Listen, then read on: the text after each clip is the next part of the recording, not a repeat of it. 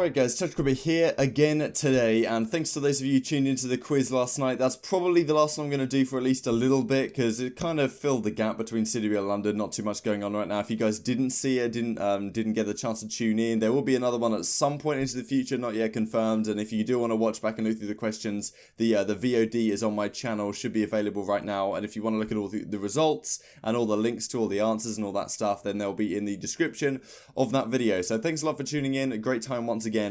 Today we're going to talk about storylines. I did say a couple of days ago in the survival guide that I can probably split this into two parts, which I am going to do because I think there's probably enough stuff to say full stop to make two videos on this. So today we're going to do pool A, B and D, and then tomorrow we're going to talk about pool C, which is of course, well, pretty much every single matchup here has some sort of storyline going on. And yeah, well, we've got that one, and then we've also going to talk about some more general storylines for the entire event. But today we're going to do pools A, B and D. So I hope you guys enjoyed the video as always. Like if you enjoy, subscribe if you are new, I would greatly appreciate it. In closing in on 11,000 subscribers, very close indeed right now.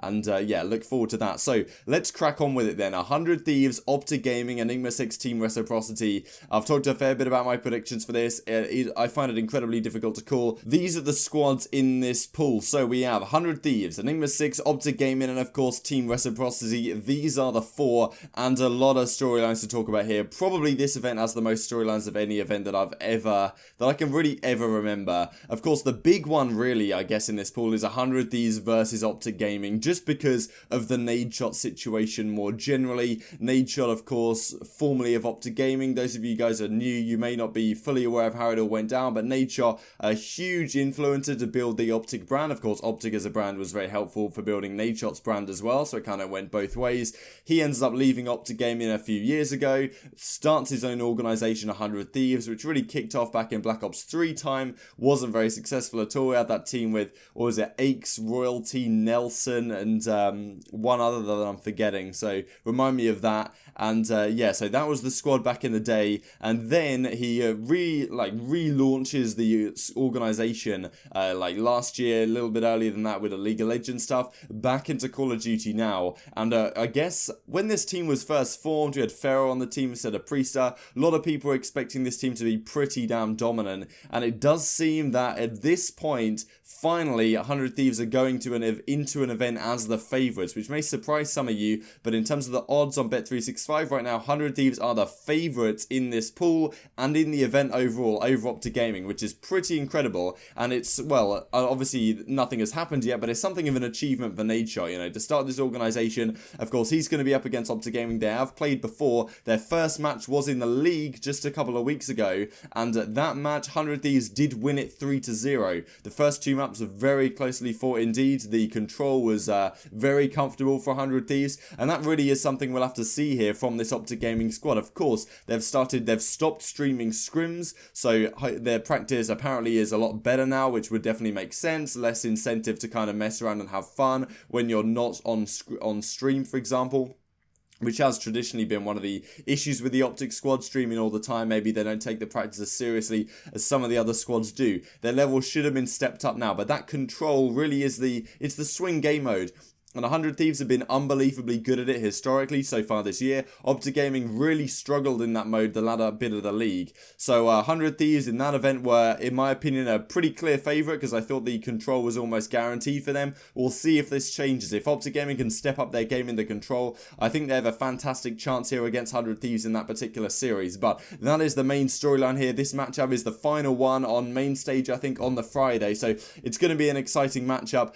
And yeah, hopefully, well, for Optic fans, they can get their revenge over 100 Thieves. Going to be very exciting indeed. The rest of the pool is pretty interesting. No, not too many rivalries between Enigma 6 and 100 Thieves and Optic, guys, but Reciprocity is a name we can't count out here. In the league, 100 Thieves managed to 3-0 every single one of these teams. Now, Optic Gaming played Reciprocity a while ago, I think way back at the start when they had Dens on the team. So a little bit different squad here. The most recent matchup, of course, Reciprocity got the better of Optic Gaming at CWL Fort Worth 3-2 in the pools. Another very hotly contested matchup, but Enigma 6 beat Reciprocity in the bracket play 3-0 in the very first round. E6 have also done pretty well against Red Reserve as well. So Enigma 6 have kind of been a bit of a bogey team for European teams so far this season, so Reciprocity versus them is going to be a big matchup. It went to Game 5 in the league, and I would not be surprised at all if it goes Game 5 again. Optic, of course, looking to get revenge on Reciprocity there. Effectively, well, that loss was one of the reasons why they went out into the losers bracket straight away at Fort Worth, which they really cannot afford to have happen again with the quality of talent right now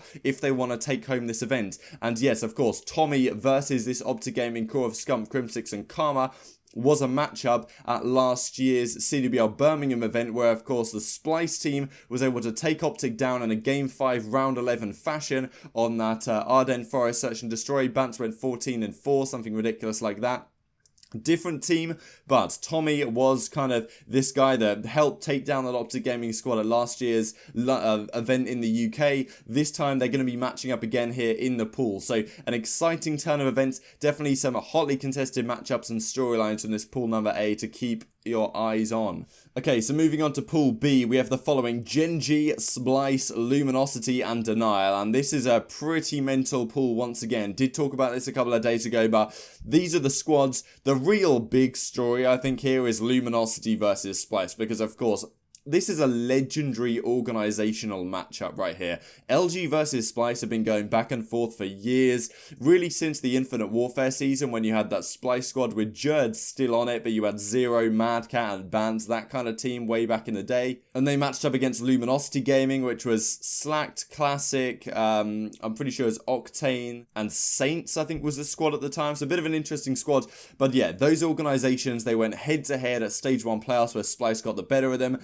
And then all the way in to Anaheim, the next event, they went back and forth there. Last year at CWL Birmingham, it was LG versus Splice once again in the finals, and then they've matched up once again here at Fort Worth, the most recent event where Luminosity got the better of them twice in the winners finals and the grand finals, but Splice beat them in the pools. So very interesting stuff. They're going to match up again here in the pools. I kind of thought that maybe Splice would get the better of them here. It's incredibly tough to call, because these guys are, you know, they literally both made the grand final of the last event, but because it's seeded on how the Pro League goes, Luminosity don't tend to be so good in the Pro League historically. So this is a very intriguing matchup. I'm very much looking forward to how this comes out. Big storylines here though. Who can get the better of each other? Maybe Splice can get their kind of revenge to some degree on Luminosity if they can knock them down into the losers bracket, which they did beat them at CWL Fort Worth, but they didn't lock them down to the losers because Luminosity still managed to get through their pool no problem, along with Splice, because their pool was not the best one. I think they had Midnight in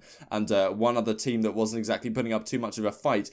Gen G, a pretty interesting one as well. No particular storylines here, but it is interesting that Morks is being considered one of the best assault rifle players in the entire game right now. And then, of course, you've got Accuracy over here, who has been a little bit struggling so far this year. Formal, of course, and then Rated. So it's going to be an interesting assault rifle battle in terms of storylines. Who can get the better of each other in that role? Because Morks has been considered so far this game, him and Octane, you know, two of the best players to look towards if you are an assault rifle player looking to step up your game. So yeah, the real interesting storylines in Pool B gotta be Luminosity and Splice. Who can get the better of them? So this final pool that we're going to talk about in this video: Midnight, Heretics, UYU and Elevate. Just a couple of more things to mention on this Pool A. We've had this situation a while ago with Enable versus Crimsix. We had some Twitter drama talking about scrims and practice and those sort of things from a while ago. Can't remember exactly what the topic was on, but I'm sure some of you guys can maybe remind me. Also worth considering this very recent drama that's come up in the last couple of days or so. I didn't want to make an entire video about it, but this thing with Clayster, of course he's Pool C, so we can talk about that a little bit more tomorrow. But Clayster, you know, calling out Optic, not being there on time for scrims and the like.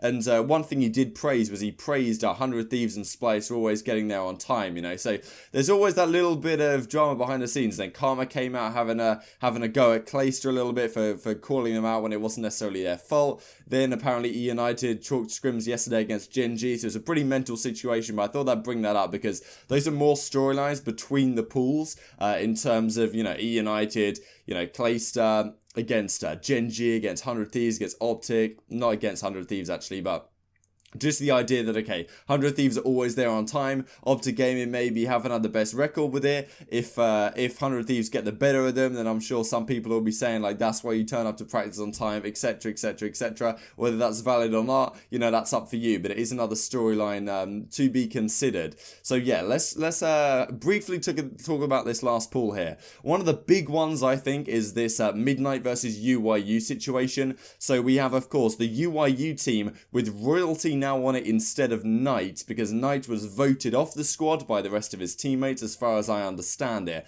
As such, he has gone on to Midnight as the substitute here for this Midnight roster. For CWL London, we all know that Saints can't travel abroad for whatever reason, so Knight's on this team. Gorgo Knight does have previous experience playing with Parasite, I think maybe only online, but definitely is a known player to them, and I think he was maybe even considered to be picked up onto one of Parasite's teams last year at the end of the season, or maybe early this season.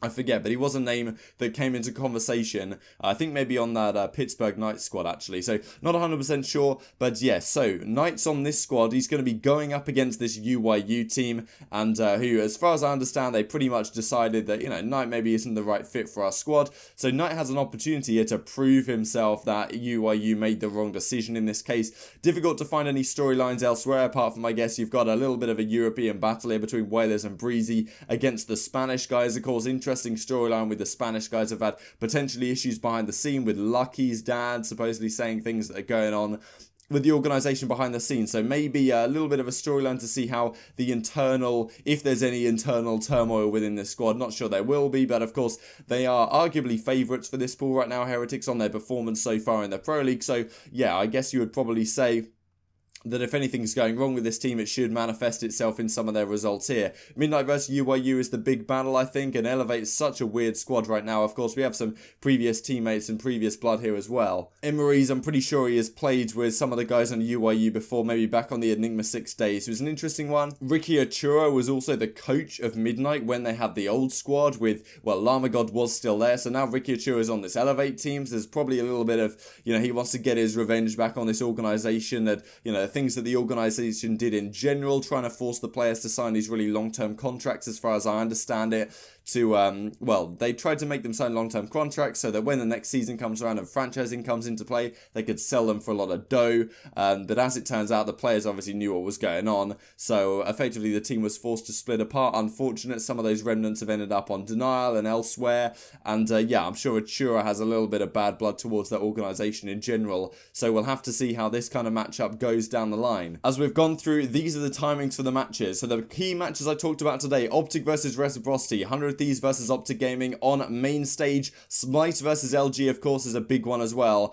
And yeah, these are all going on main stage on, well, the times you can see on the left here, they are nicely converted into Pacific and Eastern time for those guys that are in the States, which is most of you. Also have this one, which is the Bravo stream. So yes, couple of key matches here again. Got a bit of a European battle here going on between Heretics and Elevate at 5:30 BST. Then on Charlie, another couple of big matches here. So of course we have the following: Enigma 6 versus Reciprocity. Can E6, can Reciprocity get their revenge from getting 3-0'd by E6 back at Fort Worth? So this is going to be an interesting one. And of course, Pool D, we have this big E United EG matchup, which, not Pool D, this is Delta Stream, sorry, that I will talk about down the line. Midnight versus UYU, I also said, is a pretty key matchup in terms of the storylines involved there. So thank you guys so much for watching the video. Leave all your thoughts below. I'll go through Pool C and some more general stuff tomorrow that we'll go through, maybe go through some odds as well, even though you guys, last time I did that, you guys didn't like it so much, so maybe I'll exclude that segment. But yeah, thank you guys so much for watching. Like if you enjoyed it, subscribe if you are new as always, and I will see you next time.